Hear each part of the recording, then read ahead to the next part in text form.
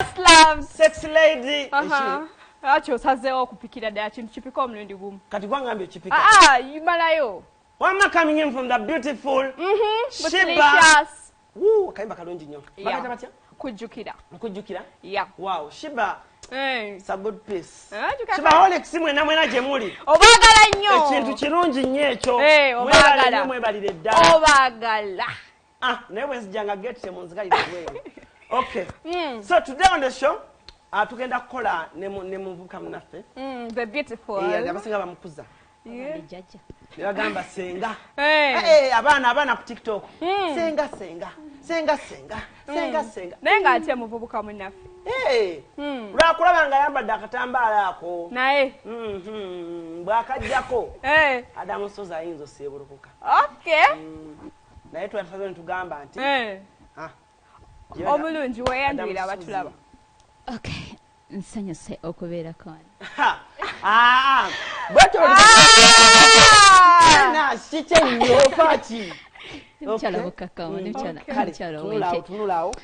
Okay, butelevu nsanyuse okubeera kono no ku BBS Telefina mpozi ne Alani ne Fatuma. Oh my God, wambaye Faima.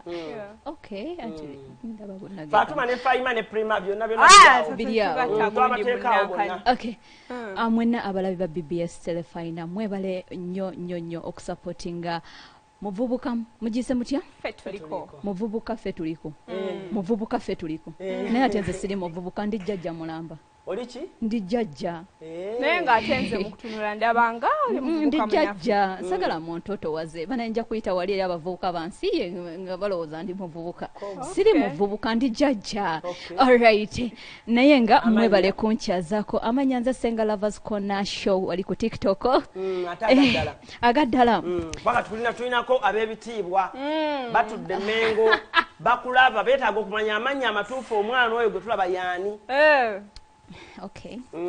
Amanya ganga amatuufu nze tushare Grace. Ani? Amanya ganga amatuufu nze tushare Grace. Tushare Grace. Hey! No moyo nyankole. Ndi mukyala muganda neddira ntakabiro ngali muzukulu wa Katongole. Nampijja. Tushare nampijja. Diriri nyalikola sente. Eriyo wasokalo.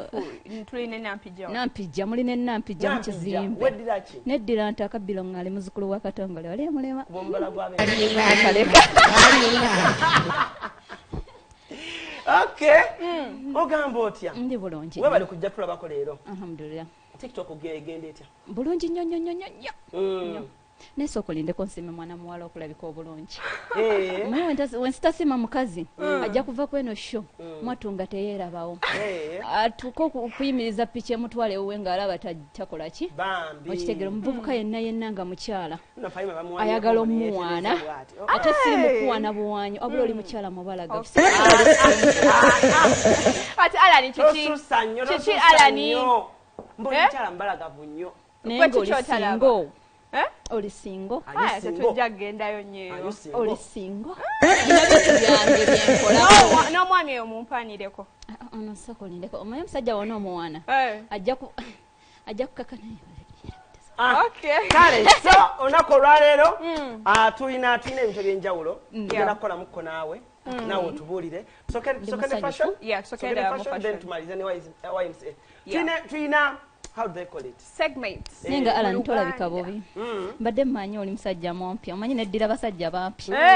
Alan today mpola tukole fashion. So omuvubuka nga mmanyi baba tusako ekyo kyennyini ekitraining mu fashion industry. Nenga te olunaku olwaleero mbaleetedde ekintu ekyenjawulo, mbaleetedde sunglasses. Tuze tuziraba mbika ebyenjawulo naye waliwo ezo specifically eziviira ddala eri mu 2000 mu Y2K fashion ze baayambalanga edda. Oba Alan wazirabyeko? Senga wazirabako. Mukwana ebintu ebyo nga bwenkugambye ebintu ebyo nga bwenkugambye ndi mukyala mukadde sibirabangako sibimanyi era olinyambaza njagala obimanya nti kyekindese wano kale tujja baleetanga abakadde mwenna mujje nga mubimanye naye nga ate zaakomye okuviira ddala mu 2000 zize zitraininga era abayimbi ab'enjawulo baadde bazettanira olaba that is Burna Boy teziboola abakyala n'abaami nabo bazambala Peter Mouse abadde ayambadde ababadde naffe wali eri Peter Mouse oyo omwana muwala Spice Dana ndowooza oba ogimaleyo segment ya fashion bikulekere waliwo buguni bugalubindi bwe twayambala nga tukyali baana bato nga bumalirayo ddala eno obulabye bwejja buli mu form ya yellow blue green ne kati bukyali naye kate zaakomyewo nga bazikyusizaamu okutuukira ddala ku mutindo ogw'abavubuka that is stems nga naye yeetanidde omulembe ogwa Yeah, that's Ira. Abaana bazitegedde nnyo ne wano mu Uganda, si bazungu bokka. Zinga z'abavuzi ba boda. Weebale nnyo.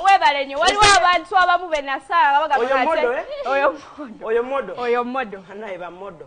So ababamba gamba abavubuka ennaku zino bambala glasses ezaabo kiba ebyuma, abavuzi be boda, naye ng'ate gwe mulembe ogukomye okuviira ddala mu 2000. Zazikomyanga.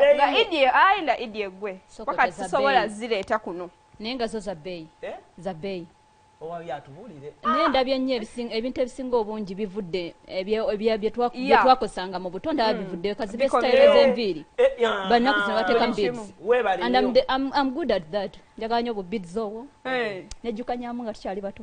Otambula ng'onye. Ate era n'ekisanyulizo kiri kye baateekanga mu muliro. Ne baba ne bakiyisa mu mutwe. Hotcomb mumanyi nakolanga hotcomb n'ekisanyirizo ekyokya wakisanzeewa kitegeeza tova mu salon z'abakyalo jjajja wange akirina